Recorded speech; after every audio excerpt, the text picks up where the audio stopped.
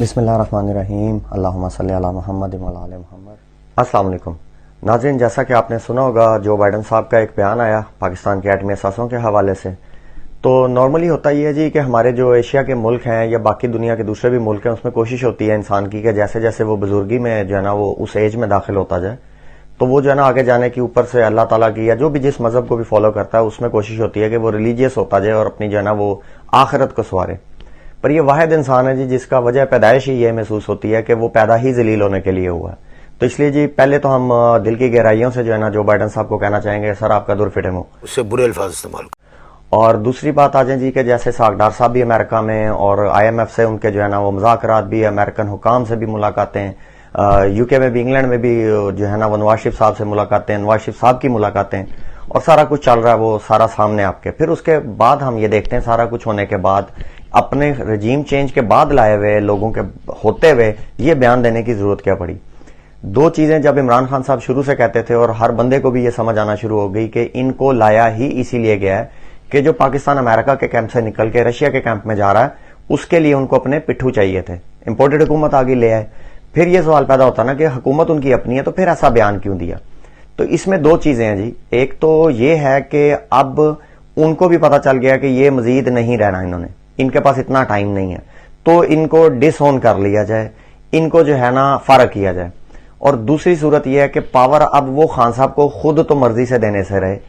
اب ان کے پاس ایک صورت رہ جاتی ہے کہ اگر نہ عمران خان نہ یہ PDM تو تیسری جو ملٹری اسٹیبلشمنٹ ہے اس کے حوالے کیا جائے، ان کو بیک کیا جائے۔ آپ کو پتا ہے اس سے پہلے یہ بھی جنرل صاحب بھی وہاں پہ ہو کے آیا، سارا کچھ آپ کو ہم نے رپورٹ بھی کیا، آپ نے مختلف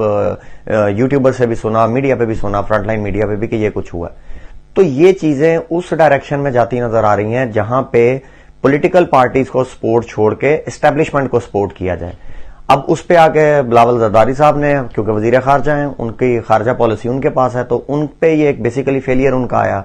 تو جب انہوں نے بیان دیا اس پہ کہ نہیں جی وہ تو ایک جنرل بات کی، یہ نہیں کہا کہ غلط کیا، انہوں نے یہ جناب وہ اپنی وہ درمیانی کیفیت کے حساب سے جواب دیا کہ نہیں جی انہوں نے جنرلی یہ بات کی۔ تو پھر جو میڈیا سیکٹری ہیں امریکہ کی انہوں نے بھی کھجل کر کے رکھ دیا، کیونکہ عورتوں کا آپس کا معاملہ ہم اس میں نہیں بولتے، تو انہوں نے بھی کلیئر کر دیا کہ ہماری اسٹیٹ پالیسی ہے، یہ ہماری کوئی حکومت کے لیے علیحدہ علیحدہ بندوں کے حساب سے نہیں ہے۔ یہی خان صاحب نے اپنے انٹرویو میں بھی کہا، یہی ہم بھی کہتے ہیں، یہی ساری دنیا پیٹتی ہے، جو ٹٹو نہیں ہے پٹھو نہیں ہے وہ یہی کہتے ہیں کہ امریکہ کا مین مقصد یہی ہے پاکستان کو ہمیشہ سے نیچے رکھنا، دبا کے رکھنا، فائنینشلی ہو، پولیٹیکلی ہو، کوئی بھی سینیری ہو،